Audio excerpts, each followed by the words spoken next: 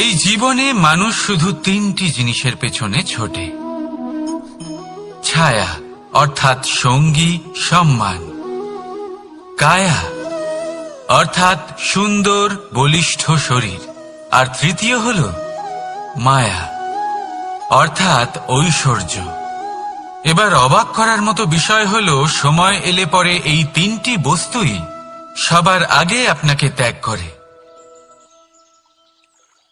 অন্ধকারে ছায়া আপনাকে ত্যাগ করে, বার্ধক্যে কায়া আপনাকে ত্যাগ করে, আর অন্তিম সময়ে মায়াও আপনাকে ত্যাগ করে। এগুলো কিছুই কাজে আসে না যার পেছনে আপনি সারা জীবন দৌড়েই যাচ্ছিলেন। যদি কিছু কাজে লাগে, তা হলো আপনার প্রেমপূর্ণ ব্যবহার যা আপনি সংসারকে দিয়েছেন। এ হলো সেই প্রেম যা অন্ধকারে প্রদীপ হয়ে আপনাকে আলো দেবে। এ হলো সেই প্রেম যা বার্ধক্যে হাত রূপে আপনাকে শক্তি দেবে, সহায়তা করবে।